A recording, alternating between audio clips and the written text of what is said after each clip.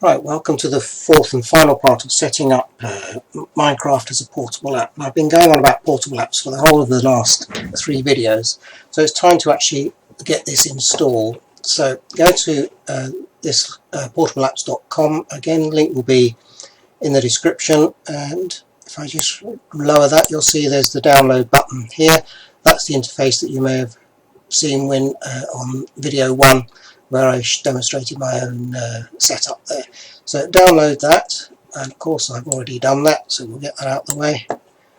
And we're now on the final one of the files that you saw in this list earlier, which is this one here. So that's what you'll download from PortableApps.com. So if we double click that, I'll bring the installer over here, select the language, okay, again I'll bring the next screen over here.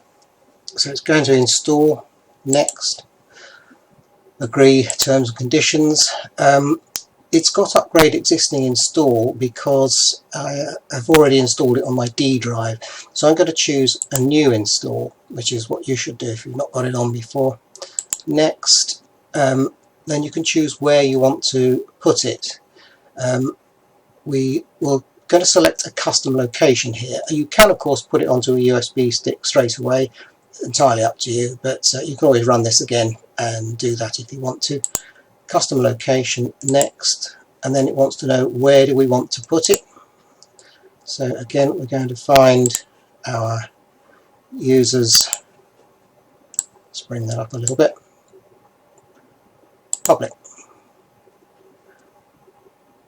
Now, we've already got, of course, the folder that we made called PortableApps, but we're going to choose users public as where we're going to install it. And what it will do, it will add extra files to the PortableApps one, and also stick in down here a file called start.exe. So that's the one that we'll choose. Yeah, okay, so we're going to put it in C users public. Next, we selected, are we sure? Yes, carry on. So it's now installing that. You can, if you want to, run PortableApps. Might be interesting to see. As you can see in our folder, we've now got a new folder called PortableApps.com. We have already made ourselves Minecraft Portable, Icons Extract, and SharpDevelop. If you look in my SharpDevelop, you'll see that there is now an executable, which since I uploaded my last video, I've created this, and I'll show you the code for that at the end of this session. But for the time being, we've got these extra files in, and if I go up one, at the bottom of PortableApps now we've got a start.exe, so that's all ready to go. What you can do for your convenience is you can right click that and send it to the desktop, create shortcut, and of course it won't appear on this screen, it will be on my other screen, so we'll just drag that across so you can see it. There we go. So this will allow us to start PortableApps. So what I will do is I won't run it at this stage, I'll just click finish, and then we'll get this other window popping up, which is giving us information about it, whether you want to donate to them.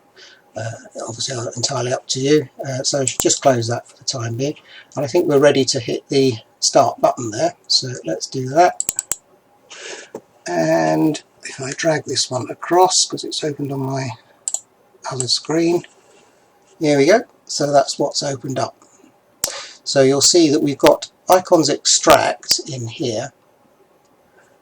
We go into where are we? PortableApps, Icons Extract.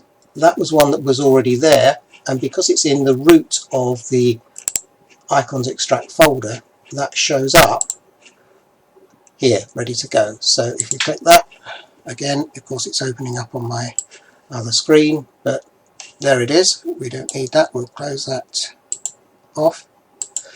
And more importantly, if we click on here again, you'll see that we've now got the Minecraft 1.12.2, which of course is inside here, the file that we made last time, which should now launch the Minecraft launcher which is in here. So let's give that a try just to make sure that it runs from PortableApps. Single click, and there it goes. So we've now got everything installed as it should be in PortableApps. So we just go up there.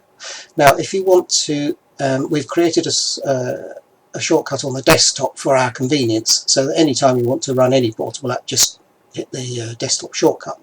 But of course the reason this was designed in the first place is so you can change it, move it to different USB sticks and whatever, or as indeed as I have done, if I go to my D drive, let's get back here, there we go, and again I've got a start.exe here and a PortableApps folder here. So I've got a whole range of different stuff, which is the one I showed you when I did the first video. So there's two distributions of Minecraft here.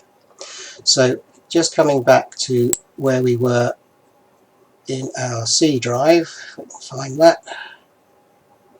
There we go, open this C, users, public, PortableApps. So what about if we wanted to run several Minecraft distributions? That's quite easy to do if I close this off so it doesn't interfere. Just add another folder. This one you could rename perhaps to Minecraft Portable 1, or to make it even more descriptive, Until 2. It doesn't matter what the folder's called, but best to avoid any spaces. So perhaps we should make that a dot there, Minecraft Portal 1.12.2. You could then create a second folder and call it Minecraft Portable .1.15.2, which I believe is the most recent. I'm not going to do this online, but you do exactly the same thing as if you were doing it for the first time. Follow the video from episode 1, where you're going to create the subfolders in here, which is currently empty. Install the version of Minecraft you want in there, and then to distinguish between the two, the executable that you create in SharpDevelop, you just need to, if you follow the again the instructions in the video, you can change in the program you've already built there, you can change the name of the file that it generates, as long as you remember to do it in the all three sections. If I just run SharpDevelop to show you how to do that, because I've already built this here, I can actually run it from here. So hit SharpDevelop, and of course it's popped up on my other screen. Oh, here we go. And to go to the Minecraft launcher, let's just choose the one that I used last time. That's lovely. And then choose the project options, and I change the assembly name here. It's still Minecraft launcher, and the assembly info, change those to, for example, 1.15.2 to match the version you're going to do. Recompile with the build, and there you've got it. While I'm at it, let me just close that, and we'll open the other solution, which is SharpDevelop Launcher is the one we want. Open.